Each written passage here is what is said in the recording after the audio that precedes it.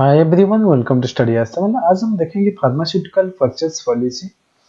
So why needs union cabinet जो है chaired by the prime minister, उन्होंने approval दिया है कि ये जो फार्मास्यूटिकल परचेज पॉलिसी है उसको उसका जो रिन्यूअल के लिए okay for pharmaceutical central public sector undertaking.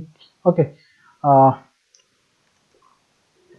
Okay background देखेंगे तो फार्मास्यूटिकल परचेज पॉलिसी जो है इसको अप्रूव किया गया था बाय द कैबिनेट इन 2013 में।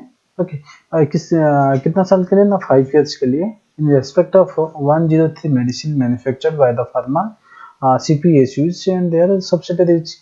ओके ये जो टर्म है ये 2013 में क्या हुआ था ना अप्रूवल दिया था, तो 5 साल हुआ तो कितना हो गया 18 हो गया, तो 2018 में ये एक्सपायर हो गया। ओके मीन व्हाइल क्या हुआ ना कैबिनेट डिसाइडेड किया ये disinvestment of the several pharmaceutical CPSUs.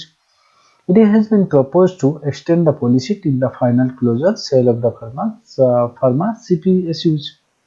Okay. Major impact क्या है? Extension renewal of the policy would help pharma CPSUs in the optimum utilization of their existing facilities, help them in keeping the costly machinery in the running condition.